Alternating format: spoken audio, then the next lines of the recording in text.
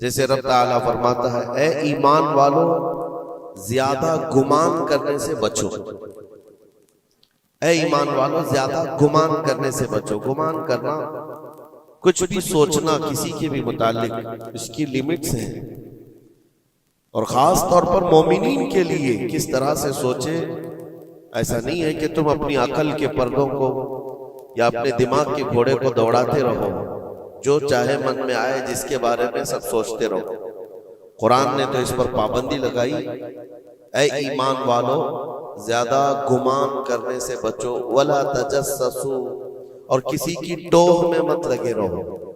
تجسس کس کو کہتے ہیں؟ جاسوسی کرنا، کون کہاں جا رہا ہے، کہاں سے آ رہا ہے، اس کے گھر میں کتنے لوگ ہیں، کس وقت ان کے گھر میں کیا کیا ہوتا ہے، تمہیں اس کے بارے میں اللہ نے حکم نہیں دیا، لیکن بھائیوں کی ٹوہ میں لگے رہنا بہت بڑا گناہ ہے، گناہ کبیرہ میں ہے۔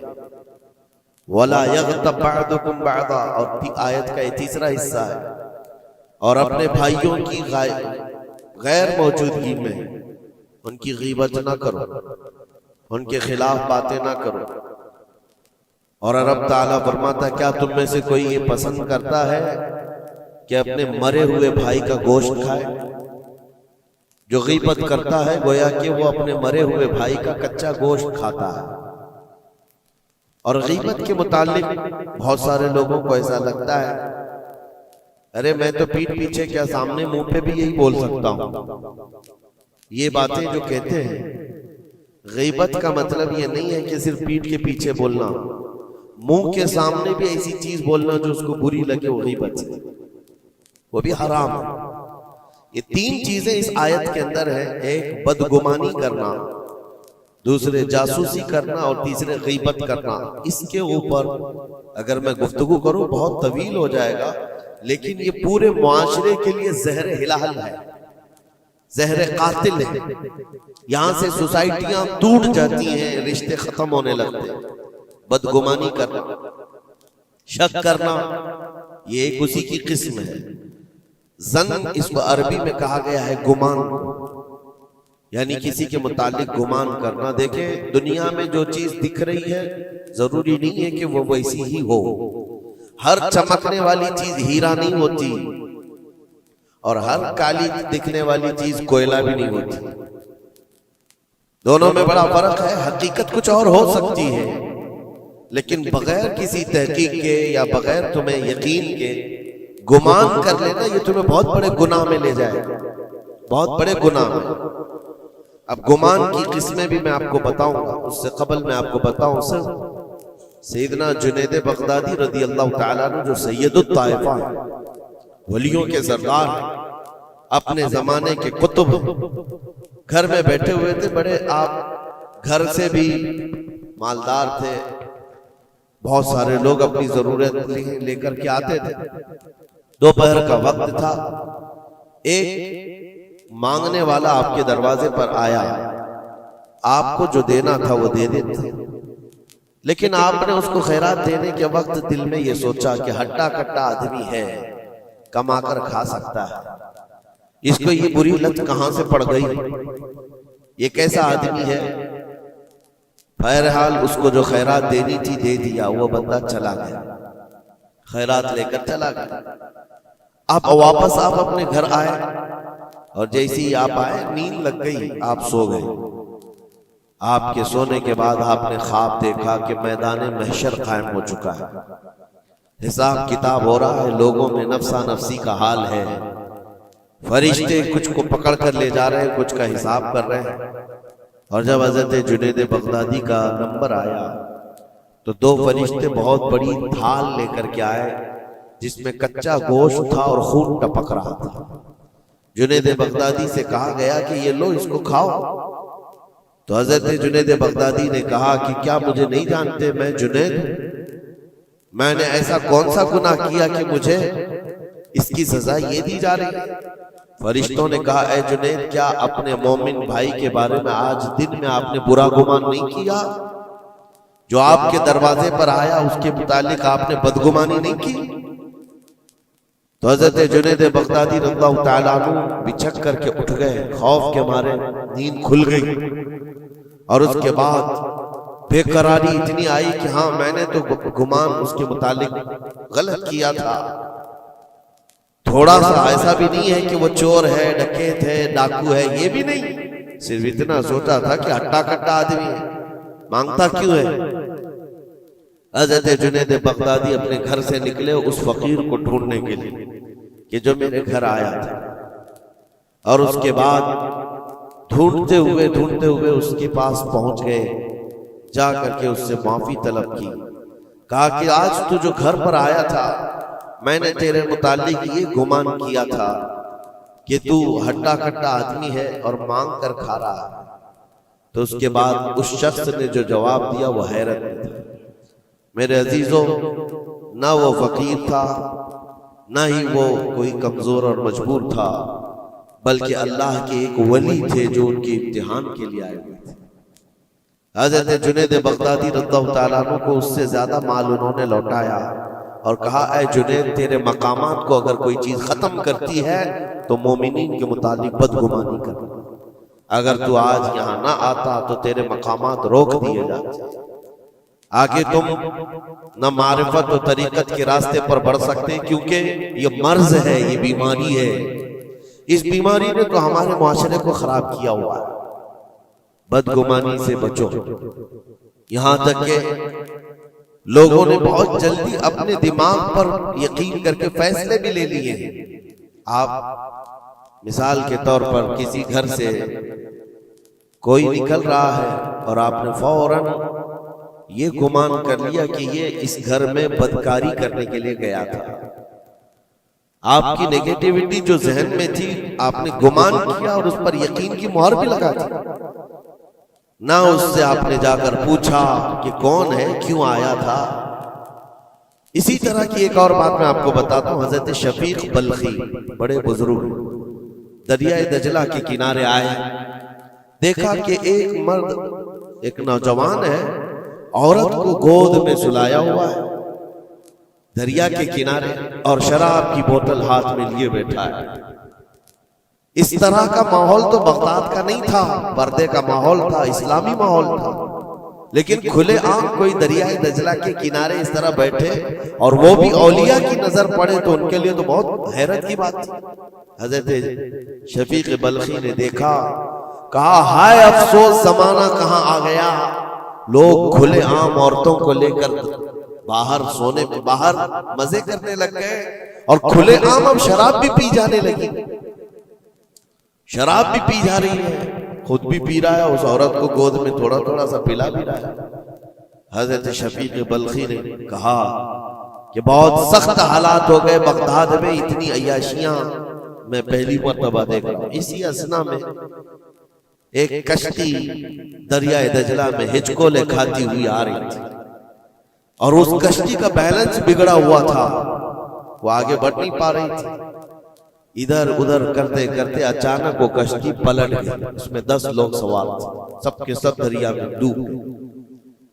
یہ جو نوجوان کنارے پر بیٹھا تھا، اس عورت کو جو گود میں لیے بیٹھا تھا، عورت کو اٹھایا اور اس کو سائڈ کیا، بھاگتا ہوا گیا دریا کے پاس، یوں ہاتھ ڈالتا تھا، ایک آدمی کو نکالتا تھا اور باہر کرتا تھا، نہ اس کے پاؤں پانی میں ڈوبتے تھے، یوں سمجھ لیں کہ جیسے دریا میں کوئی کھڑا ہے اور اپنے ہاتھ ڈال ڈال کر کے نکال رہا ہے۔ 9 آدمیوں کو اس نے اپنے ہاتھوں سے دریا سے نکالا اور باہر کیا، اور اس کے بعد ایک آدمی بچ گیا تھا۔ اس نوجوان نے حضرت شفیق بلخی کی طرف دیکھا جو وہیں کھڑے تھے، کہا کہ اے شفیق بلخی، میرے بارے میں بہت کچھ تم نے سوچا دل میں، 9 تو میں نے نکال دیا، ایک آپ نکال دیا، یہ جو جان بچایا ہے میں نے، اور رب تبارک و تعالیٰ نے فرمایا جس نے کسی ایک کی جان بچائی اس نے پوری کائنات کی جان بچائی، پوری دنیا کی جان بچائی، میں نے تو 9 کو بچایا، آپ ایک بچاؤ۔ آپ نے فرمایا اس سلسلے میں بعد میں بات کریں گے، پہلے اس آدمی کو بچا لو، اس آدمی کو بچا لو، میں تم سے التجا کرتا ہوں۔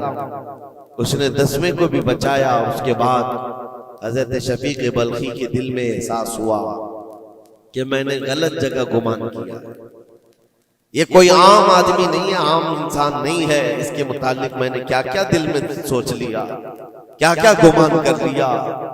تو آپ کی آنکھوں میں آنسو آ گئے اور کہا کہ مجھ سے بڑی خطا ہو گئی، مجھے معاف کریں، لیکن آپ کو اللہ نے یہ طاقت دی ہے کہ آپ دریا پر کھڑے ہو کر انسانوں کو بچا تو رہے ہیں، لیکن یہ کیا ہے جو کنارے پر بیٹھ کر کے کھلے عام ہو رہا ہے؟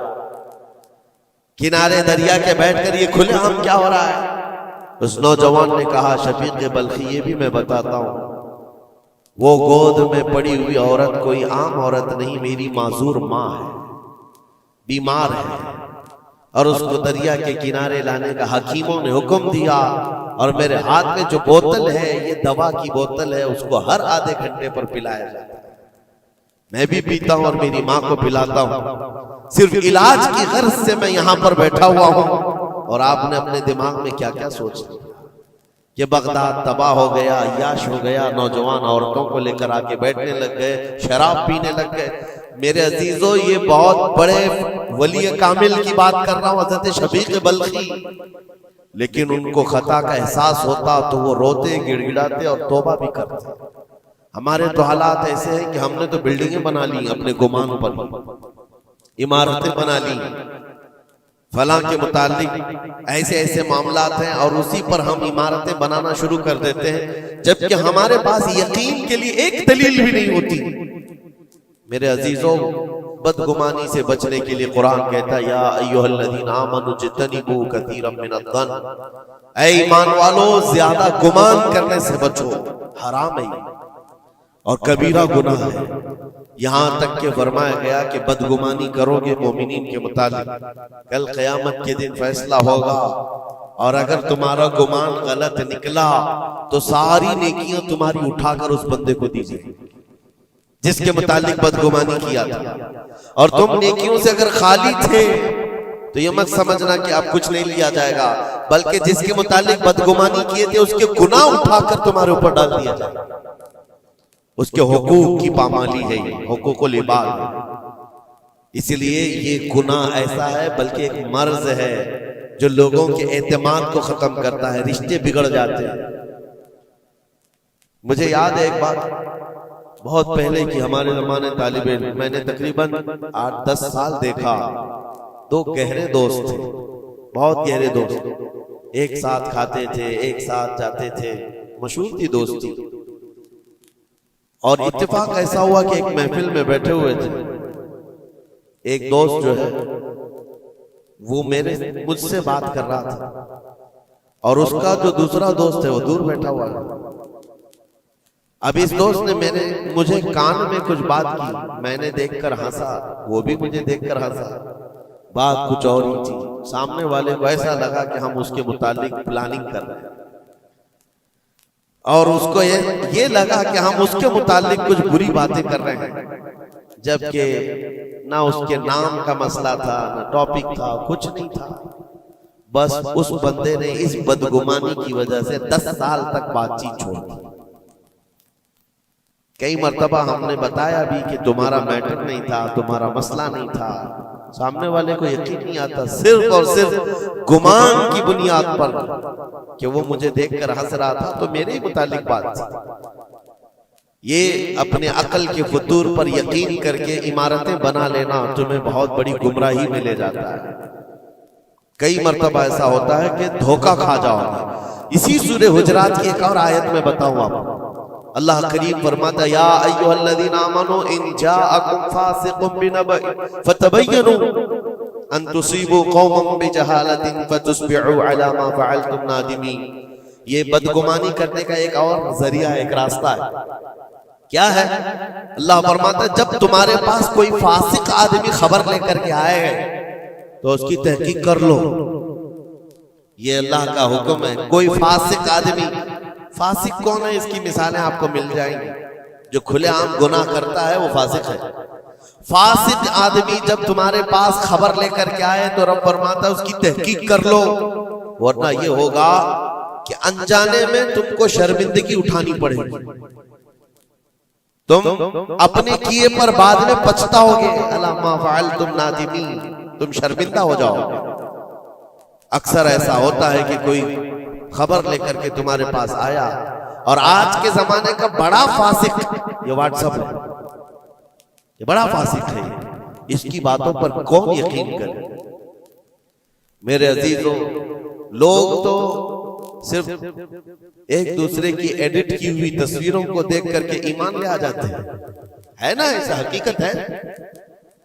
واٹس ایپ یونیورسٹی کے فارغین تو ابھی زمانے میں بہت ہیں، ان کی نالج صرف اور صرف اسی سے ہے، انٹرنیٹ سے، واٹس ایپ سے، جبکہ ان کی تحقیقات پر اگر لگ جائیں تو اصل وجود میں کچھ ہے ہی نہیں۔ اسی لیے میرے عزیزوں، بدگمانی کرنے سے بچو، بدگمانی کرنے سے بچو، جس کی اصل ہی نہ ہو اس چیز کے پھیلانے کا ہم سبب بن جاتے ہیں کئی مرتبہ۔ اللہ کریم ہمیں اس بلائے عظیم سے محفوظ رکھے۔ مجھے ایک بات یاد آتی ہے، میں نے پڑھا تھا ٹرین میں ایک آدمی سفر کر رہا ہے اور اس کے ساتھ 3 بچے ہیں۔ بڑے بیٹے کی عمر 7 سال کی، دوسرے بیٹے کی عمر 5 سال کی، تیسرے کی 3 سال کی، چھوٹے بچے 7، 5 اور 3 سال کی عمر کے بچے ہیں۔ اب وہ بندہ جب ٹرین میں سفر کر رہا ہو 3 بچوں کو لے کر کے، اور جب بیٹھا ہوا ہے ٹرین میں، کوئی بڑا ادھر سے کودتا ہے، کوئی ادھر سے اچھلتا ہے، یہ تینوں اچھل کود ایسی مچائے ہوئے ہیں کہ اس مسافر کا آرام اور سکون غارت ہو گیا ہے۔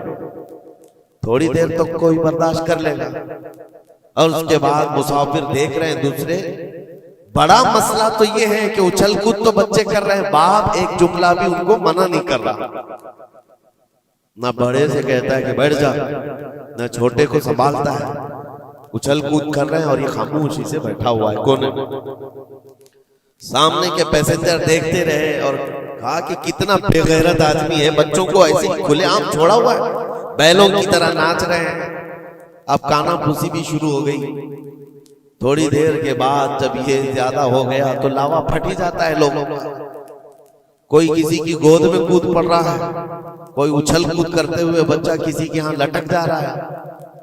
یہ 1 گھنٹہ تماشا ہوا تو اس کے بعد لوگوں کے صبر کا دامن چھوٹ گیا، بولنا شروع کر دیا، اور سب نے مل کر کے جب اس کو کوسنا شروع کیا، بھائی صاحب آپ کے بچے ہیں؟ اس نے کہا میرے بچے ہیں۔ کہا کچھ تو تمیز سکھاؤ، سفر کے آداب تو بتاؤ۔ کوئی وہاں سے کود رہا ہے، کوئی یہاں سے کود رہا ہے، سارے لوگوں کا آرام غارت کر کے رکھا ہے ان بچوں نے۔ آپ باپ ہیں، آپ کو تمیز نہیں آتی، آپ کو تربیت کا انداز نہیں معلوم۔ سب کی ڈانٹ ڈپٹ سنتا رہا، اور اس کے بعد تھوڑی دیر کے بعد بھرائی ہوئی آواز نکلی، اس کی درد بھری آواز نکلی۔ کہا میں ان کو تربیت اچھی طرح سے دیتا ہوں، تمیز بھی ہے سب، لیکن مسئلہ یہ ہے کہ آج ہی صبح ان کی ماں میری بیوی کا گھر میں انتقال ہو چکا ہے۔ وہ میکے گئی ہوئی تھی، یہ بچے میرے پاس تھے۔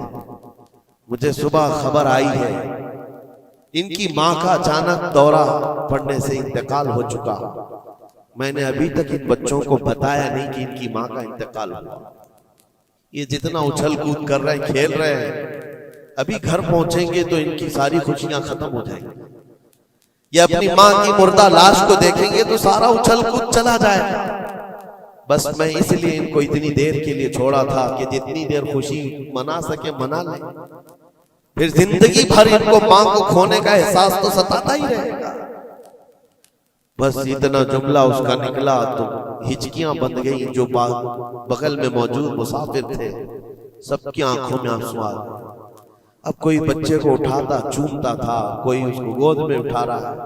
بچوں کو خبر نہیں ہے کہ ان کی ماں کا انتقال ہوا ہے، اور یہ بندہ ان کو سفر پر لے جا رہا ہے۔ لیکن تھوڑی ہی دیر کے لیے دوسرے مسافروں نے کیا کیا بدگمانیاں کر لی۔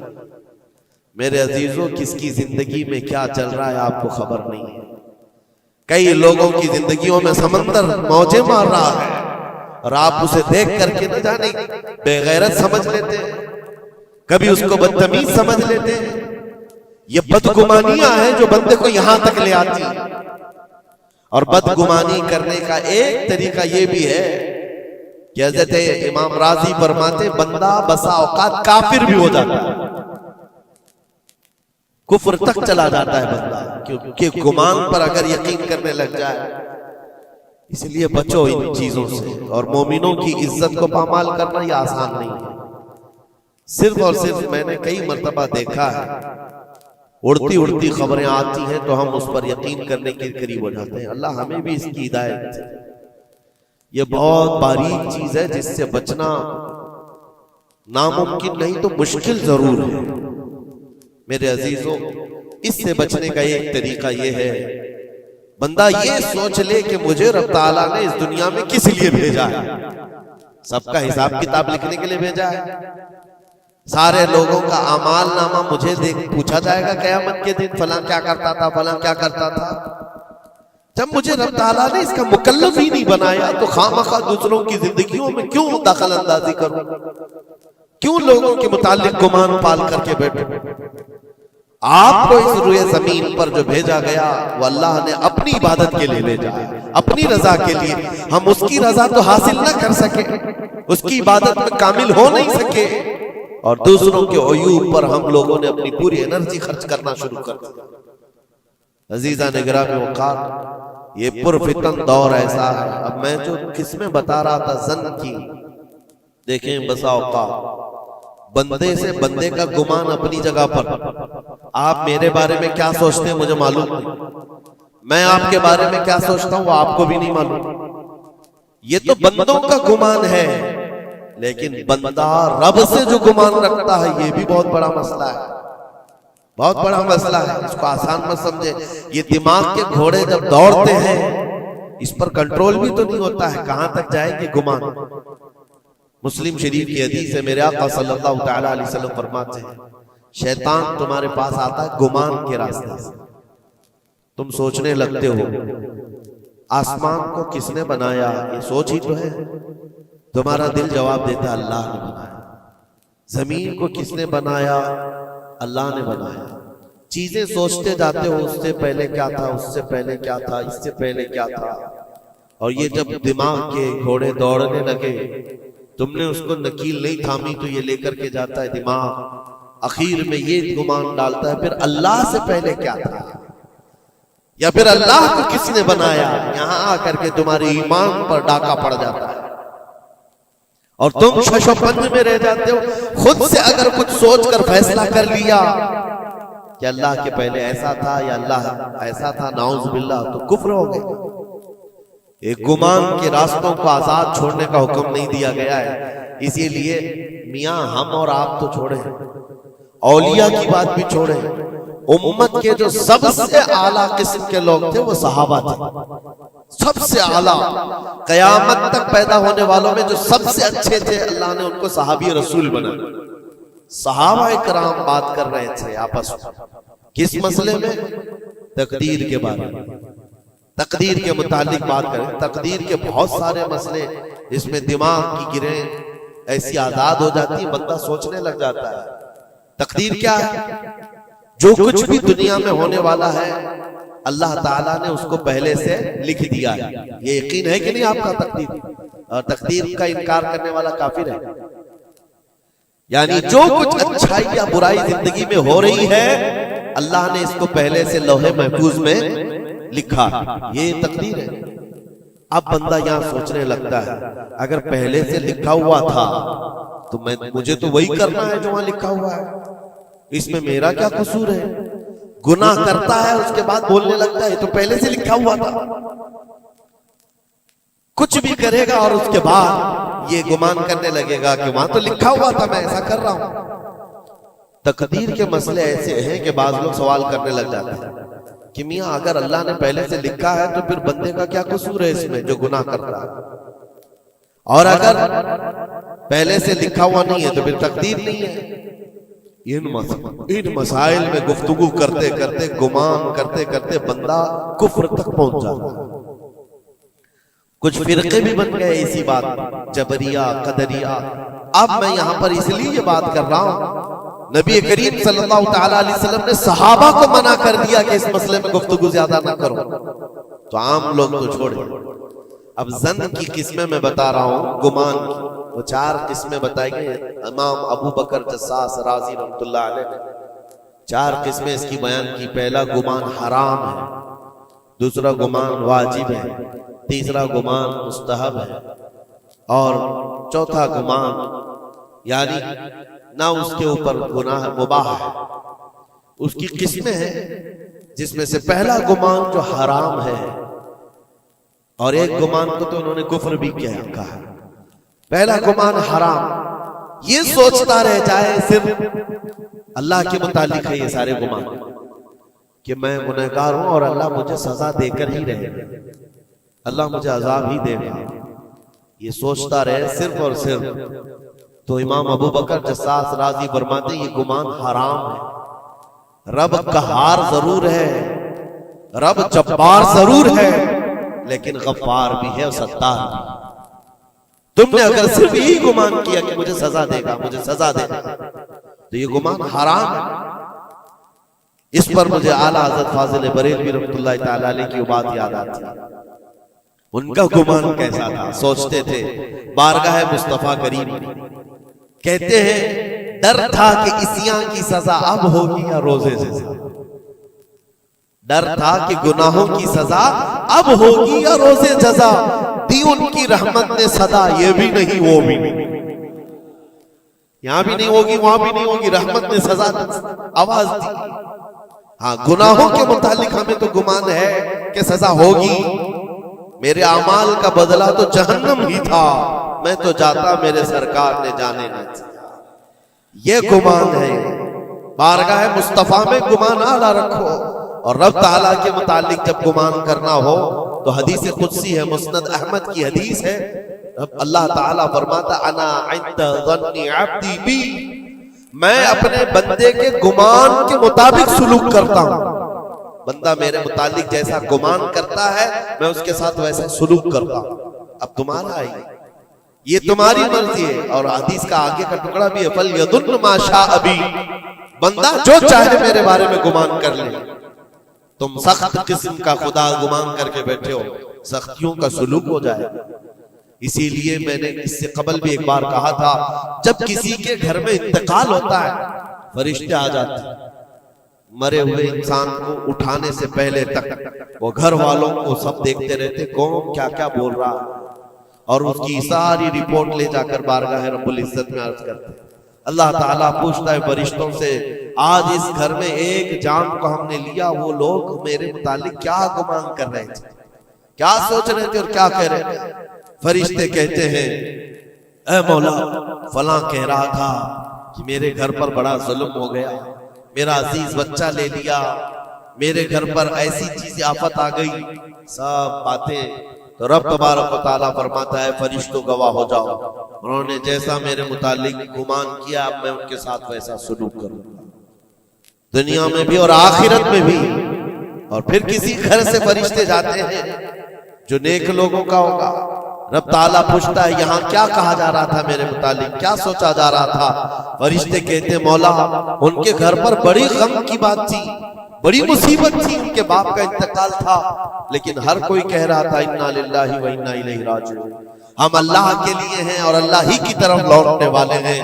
رب تعالیٰ فرماتا ہے فرشتوں تم گواہ ہو جاؤ، اس سے بہتر ان کو نعم البدل دنیا میں دوں گا اور اس سے بہتر آخرت میں عطا کروں گا۔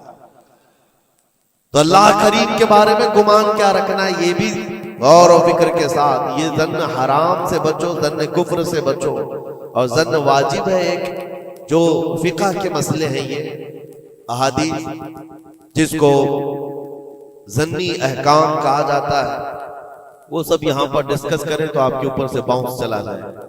اور مومنین کے متعلق مستحب ہے، اچھا گمان کرنا ہر ایک کے متعلق مستحب ہے، اور مباح جس کو کہا گیا ہے وہ ایسا ہے کہ آپ کے بلا اختیار کچھ گمان آیا ہے، آپ نے سوچا نہیں، تو یہ مباح ہے۔ اور خیر کا گمان کرنا، ظن المؤمنون خیرا، حضور پاک صلی اللہ ظن المؤمنین خیرا، میرے آقا صلی اللہ علیہ وسلم نے فرمایا مومنوں کے بارے میں ہمیشہ اچھا گمان رکھو، اچھا گمان رکھو۔ کوئی مر گیا اور جنازہ جا رہا ہے، ایک حدیث یہ بھی میں بتا دوں آپ، تمہارے گمان کرنے سے اور تمہارے بولنے سے کتنا فرق پڑتا ہے۔ ایک جنازہ جا رہا تھا، حضور پاک صلی اللہ علیہ وسلم تھے، وہاں پر بہت سارے لوگ کھڑے تھے، اس کی تعریف کرنے لگ گئے، کیا اچھا آدمی تھا، کتنے اچھے اعمال تھے اس کے، سب کے ساتھ بھلائی کرتا تھا۔ حضور پاک نے فرمایا بچ ہے بچ، واجب ہو گئی اس میں۔ پھر ایک جنازہ نکلا اور لوگ اس کے متعلق کہنے لگے بڑا بدکار آدمی تھا، یہ زمین کا بوجھ ہے، چلا گیا، لوگوں کے ساتھ برائیاں کرتا تھا۔ حضور نے فرمایا بچ ہے بچ، واجب ہو گئی۔ صحابہ نے پوچھا دونوں پر واجب ہو گئی؟ حضور نے فرمایا پہلے پر جنت واجب ہوئی، دوسرے پر دوزخ واجب ہوئی۔ تم نے جس طرح سے اس کے متعلق اپنا وہ بنایا، دماغ بنایا، مومنین جو کثیر مومنین اور یعنی صلاح و تقوی والے مومنین جس کے متعلق اچھا گمان کرے، اللہ بھی اس کے ساتھ اچھا سلوک فرماتا ہے۔ اسی لیے میرے عزیزوں، کیا جاتا کیا ہے اچھا گمان کرنے میں؟ خرچہ کون سا ہے آپ کا؟ پیسے کون سے لگتے ہیں آپ کے؟ جو قبرستانوں میں سوئے ہوئے ان کے بارے میں اچھا گمان کرو کہ جو کچھ بھی تھے انجانے میں ان سے خطائیں ہوئی ہوں گی، لیکن وہ رب تعالیٰ کی رحمت سے مایوس نہیں تھے، مولا انہیں معاف کرے گا۔ یہ اتنا گمان کرنے میں تمہارا کیا جا رہا ہے؟